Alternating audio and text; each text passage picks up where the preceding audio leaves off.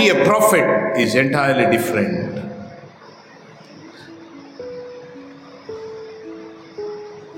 Pope இடத்துல ஒரு கேள்வி கேட்குறாங்க. Pope, media is accusing you. They're telling a lot of things about you, against you.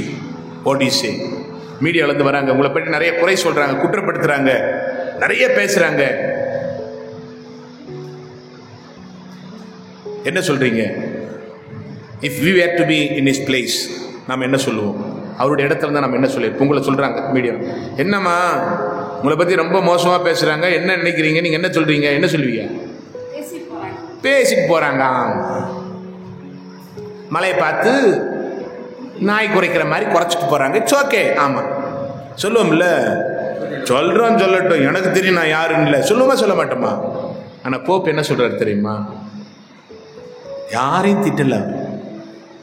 இறைவாக்கினர் மறைபொருளை அழகாக விளக்கி சொல்லுவார்கள். Prophets always explain the mysteries in a beautiful way. என்ன சொல்றாரு தெரியுமா? When a tree falls, it makes more noise. Then innumerable trees are growing without noise. விடுகின்ற ஒரு மரம் அதிகமான சப்தத்தை கொண்டு வரும். ஆனால் வேரூன்றி வளருகின்ற மரம் ஒரு நாளும் ஒரு பொழுதும் என்ன செய்யாது? சத்தம் விடாது. அது வளர்ந்து கொண்டே இருக்கும். பார்த்தீங்களா? ப்ராஃபெட்.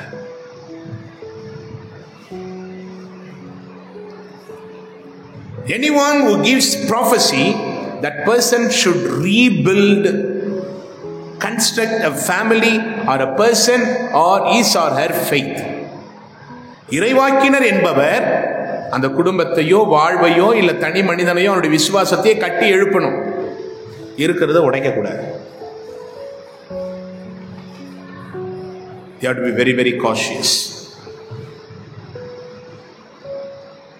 நிறைய பேர் என்ன செய்வாங்க? ஃபாதர், என்னோட ஆண்டவர் இப்படி பேசுறார், அப்படி பேசுறார், எனக்கு இது வருது அது வருது, எல்லாத்தையும் என்ன பண்ணுங்க, ஒரு டைரியில் எழுதி வைங்க. Write it down. ஆண்டவர் எனக்கு இந்த இன்ஸ்பிரேஷன் கொடுத்தார், இந்த உந்துதலை கொடுத்தார், ரைட் இட் டவுன். அது என்ன பண்ணுங்க, திருப்பலியில காணிக்கை வேளையில ஒப்பு கொடுத்த, ஆண்டவரே உமக்கு பிரியமானதா இருக்கும் என்றால் நீர் வழி நடத்தும். காணிக்கை ஒப்பு கொடுத்து நற்கருணை உட்கொண்டு ஆசீர்வதிங்க. If you get a vision, if you get a message from the Spirit, if you are inspired, write it down and surrender all these things during the offertory in the Eucharistic celebration. And once you receive the communion, keep on blessing.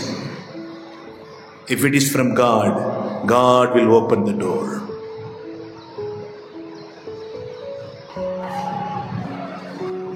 ரெண்டு அரசர், 2 Kings chapter 4.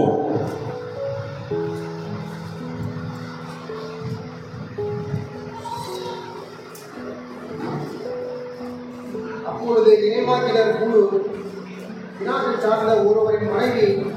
இல்ல ஒரு நிமிஷம் இருங்க, அதை நீங்க note பண்ணிச்சிங்க. 8வது வருஷத்தை நோட் பண்ணிச்சிங்க. நீங்க எல்லாம் வாசிக்க வேண்டாம், ஒரு நிமிஷம் இருங்க. நீங்க என்ன பண்ணுங்க, 2 Kings chapter 4 verses from 20 நீங்க வாசிக்கிறதுக்கு முன்னாடி நான் ஒரு எக்ஸ்பிளனேஷன் கொடுத்தேன். விவிலியத்தில் நம்ம பார்க்கிறோம், சூனாம்பிய பெண். There was a woman, a Shunammite woman. She was a barren. She was not conceived. She didn't have children. அவளுக்கு குழந்தைகள் இல்லை. Prophet Elisha, இறைவாக்கினர் எலிஷா என்ன செய்யறாரு, எலிசேயு என்ன செய்யறாரு, அவங்க வீட்டுக்கு போறாரு. அவருடைய சீடன் கெகாசி, his disciple Gehazi was also with him. அப்ப கேட்கிறாரு Elisha, hey Gehazi, look at this woman. She gave me the upper room and she gave me a table. She gave me a chair to sit and she gave me a very good bed to sleep. She gave me good food. I was taken care so well. I am very happy. Now tell me, What can we do for her? இந்த பெண்ணானவள் எனக்கு மேல் மாடி அறையை கொடுத்திருக்கிறாள், கட்டில் கொடுத்திருக்கிறா, மேசை கொடுத்திருக்கிறா, சேர் கொடுத்திருக்கிறா, நல்ல சாப்பாடு கொடுத்திருக்கிறா. இவளுக்கு ஏதாவது செய்யணும், என்ன செய்யலாம் சொல்லு அப்படின்னு சொல்லி கேட்டார். கேகாசி சொன்னார், she doesn't have child, அவளுக்கு குழந்தை இல்லை. அப்படியா? சோ எலிஷா என்ன பண்றாரு? ப்ராஃபஸி தான் ப்ராஃபஸி கேட்கிறாரு. கேட்டோன்னு சொல்றாரு, the Shunammite woman, he looked at her and said, when I come next time, இதே நேரம் அடுத்த வருடத்தில் நீ குழந்தையை பெற்றெடுத்திருப்பாய். The same time next year you will have a child. அதே போல அவளுக்கு ஒரு குழந்தையை பெற்றெடுக்கிறாள். She got a child. The child started growing. அந்த குழந்தை வளருகிறது. ஒரே மகிழ்ச்சி, எல்லாருக்கும் சந்தோஷம். ஒரு நாள் அந்த குழந்தை செத்து போனது. One day the child died. என்ன பண்ண தெரியல. She didn't want to tell anyone. She wanted to go and meet this man of God. She wanted to go and meet this prophet Elisha. என்ன செய்றாரு? நான் வந்து எலிசையை போய் பார்க்க போறேன்னு சொல்லிட்டு கணவரிடத்துல கேட்கிறார். ஏன் இப்ப போகணும்? இல்ல நான் பார்க்கணும், எனக்கு அவரை பார்க்கணும். I want to see. ஏன்னா என்னுடைய இந்த வேதனைக்கு பதில் கொடுக்கிறவர் ஒரே ஒருவர் தான். ஒரே ஒருத்தர் தான் எனக்கு பதில் கொடுக்க முடியும். யாருங்க அது? இந்த இறைவாக்கினர் தான். நீங்க ப்ராஃபிட்ஸ் வாசிக்கும் பொழுது ஹிஸ்டரியில, பைபிள் ஹிஸ்டரியில, விவிலிய வரலாற்றில் இரண்டை பார்ப்போம். ஒன்று மைனர் ப்ராஃபிட்ஸ், இன்னொன்று மேஜர் ப்ராஃபிட்ஸ். சின்ன இறைவாக்கினர்கள், பெரிய இறைவாக்கினர்கள். எலைஷா, எலைஜா, ஜெர்மாயா, எசேக்கியேல், ஐசாயா, இவங்கெல்லாம் இதில் வருவாங்க. மேஜர் ப்ராஃபிட்ஸ், பெரிய ப்ராஃபிட்ஸ். ஹபக்கூக், அபதியா, இவங்கெல்லாம் என்ன பண்ணுவாங்க? சின்ன சின்ன ப்ராஃபிட்ஸ். எலைஷாவை ஆண்டவர் அழைக்கிற பொழுது என்ன செய்யறாரு? அவரே மேஜர் ப்ராஃபிட்ஸ் இல்லையா? அவர் அழைக்கிறார். எலியா, Elijah, when he was taken up to heaven, Elijah gave the double fold blessing of him to Elisha.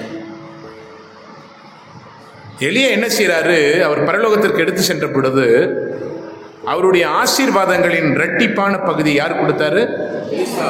Elisha கொடுத்தார். எலிசா கொடுத்தார்.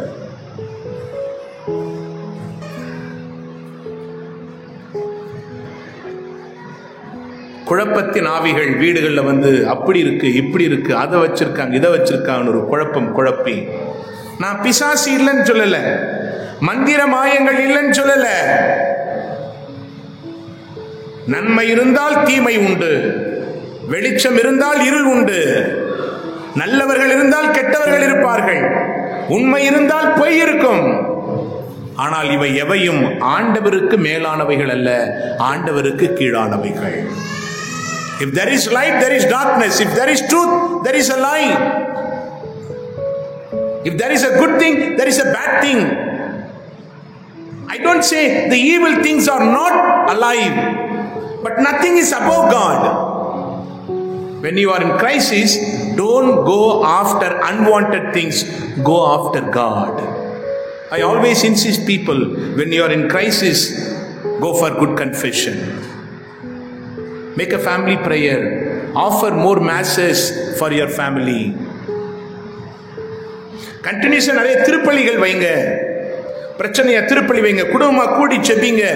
Family, pray together. Pray together. When I come after Jesus, God will bless me beyond imagination. அன்புக்குரியவர்கள், ஒரு காரியத்தை உங்களுடைய வாழ்விலே மறந்து விடாதீர்கள்.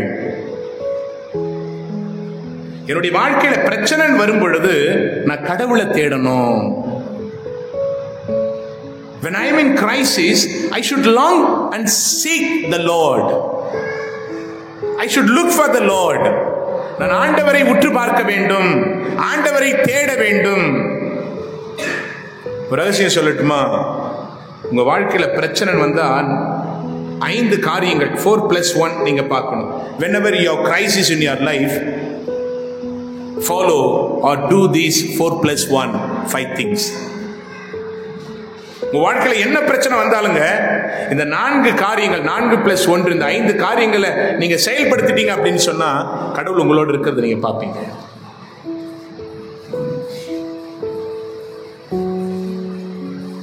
முதலாவது, look for the glory of God. ஆண்டவருடைய மாட்சிமையை உற்று பாருங்கள். ஒருவேளை உங்க வாழ்க்கையில பிரச்சனை, மகன்ல பிரச்சனை, மகள்ல பிரச்சனை, மருமகள்ல பிரச்சனை, உங்க சரீரத்துல பிரச்சனை, உங்க உறவுகள்ல பிரச்சனை, இல்ல உங்க பிசினஸ்ல பிரச்சனை, உங்க வேலையில பிரச்சனை, your problem in your body, in your business, in your life, in your family, in your daughter, in your son, in your grandchildren, your in-laws, அண்டர்ஸ்டாண்டிங்ல நிறைய பிரச்சனை இருக்கு. அந்த பிரச்சனையில ஆண்டவருடைய மாட்சிமை உற்று பாருங்கள். Look for the glory of God. When I start looking for the glory of God, I will be hidden. God will be revealed. I will be lost. God will be seen. என்னுடைய வாழ்வில் நான் என்ன செய்வேன்? நான் மறைக்கப்பட்டு விடுவேன், நான் மறந்து போவேன், நான் காணாமல் போய் விடுவேன். ஆண்டவர் என் வாழ்வில் இருப்பதை நான் காண முடியும்.